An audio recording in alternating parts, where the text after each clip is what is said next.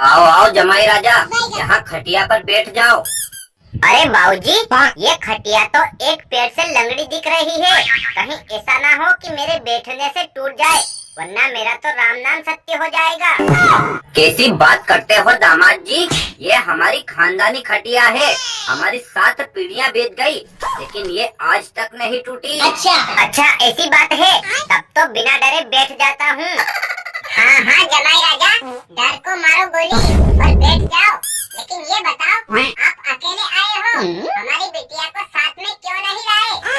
अब क्या बताऊं मम्मी, तुम्हारे इस निकम्मे दामाद को पैसों की जरूरत पड़ गई होगी, इसलिए चले आए मुंह उठा के भीख मांगने।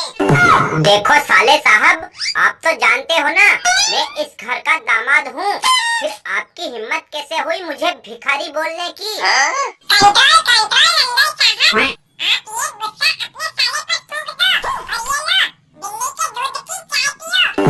देखो ससुर जी, आपके सारे घर वाले मिलकर मेरा अपमान कर रहे हैं और आप खड़े खड़े सुन रहे हो। आप इनको कुछ कहते क्यों नहीं? अबे चुप हो जाओ हरामखोरों, जानते नहीं ये अपने घर के इकलौते दामाद हैं। अरे दिन में मोमबत्ती लेकर ढूंढते फिरोगे तो भी इनके जैसा निकम्मा दामाद नहीं मिलेगा।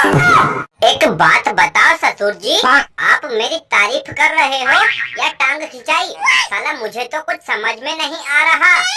कैसी बात करते हो जमाई राजा, तुम्हारे कारनामे तो इतने अच्छे हैं कि उनको देखकर अंबानी भी अपनी माँ के पल्लू में छुप जाए। फिर मैं तुम्हारी बुराई कैसे कर सकता हूँ? हाँ दामाद जी, मेरी बेटी ने पूरे 170 सोमवार किए हैं, तब जाके तुम जैसा कलमुहा पति मिला है।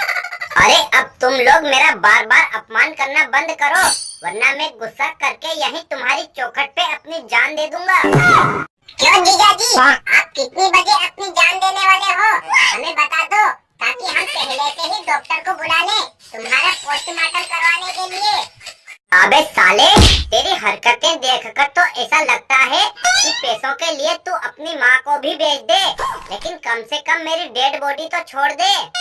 कैसी बात करते हो नंदा साहब, मेरे हस्बैंड तो इतना अच्छा है।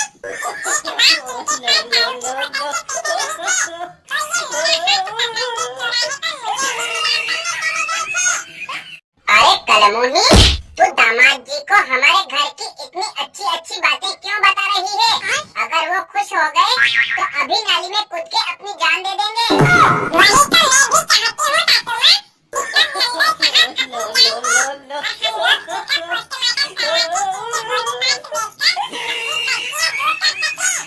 अरे बहुत मजाक बना लिया तुम लोगों ने मेरा, अब प्लीज चुप हो जाओ, वरना मुझे गुस्सा आ गया तो ईंट मार के तुम लोगों का सिर फोड़ दूंगा। शांत हो जाओ जमाई बाबू, तुम जैसे शरीफ आदमी के मुंह से इस तरह की अच्छी अच्छी बातें शोभा नहीं देती। थैंक यू ससुर जी, इन सभी राक्षसों के बीच में कम से कम आप तो भगवान की तरह निकले, जो मेरे दिल की भावना को समझ गए। अच्छा, वाकई में आप सर्वगुण संपन्न हो जमाई राजा, तभी तो हमने अपनी बेटी की शादी तुम्हारे साथ कराई है। थैंक यू सासू माँ, मुझे इस तरह चने के झाड़ पर चढ़ाने के लिए। अब एक काम करो, फटाफट से मुझे 50,000 रुपये लाकर दे दो। क्यों जीजा जी, हमने पिछले महीने ही तो आपको 20,000 रुपये दिए थे, वो खत्म हो गए क्या? अबे साले चुप हो जा, वरना तेरा मुंह तोड़ दूंगा। तुमने 20,000 रुपये देकर कोई बहुत बड़ा तीर नहीं मार दिया, आखिर वो जिंदगी भर चलेंगे क्या?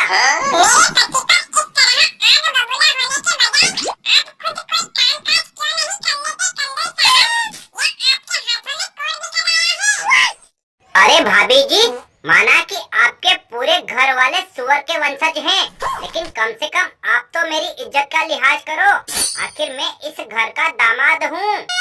तो क्या हुआ कलमुहे, अगर तू हमारे घर का दामाद है तो इसका मतलब ये थोड़ी कि महीने के महीने आकर हमसे पैसा मांगता रहे।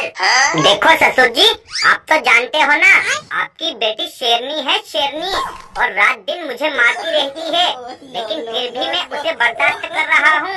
तो आपका भी फर्ज बनता है, कम से कम 50,000 रुपये मुझे हर महीने दिया करो।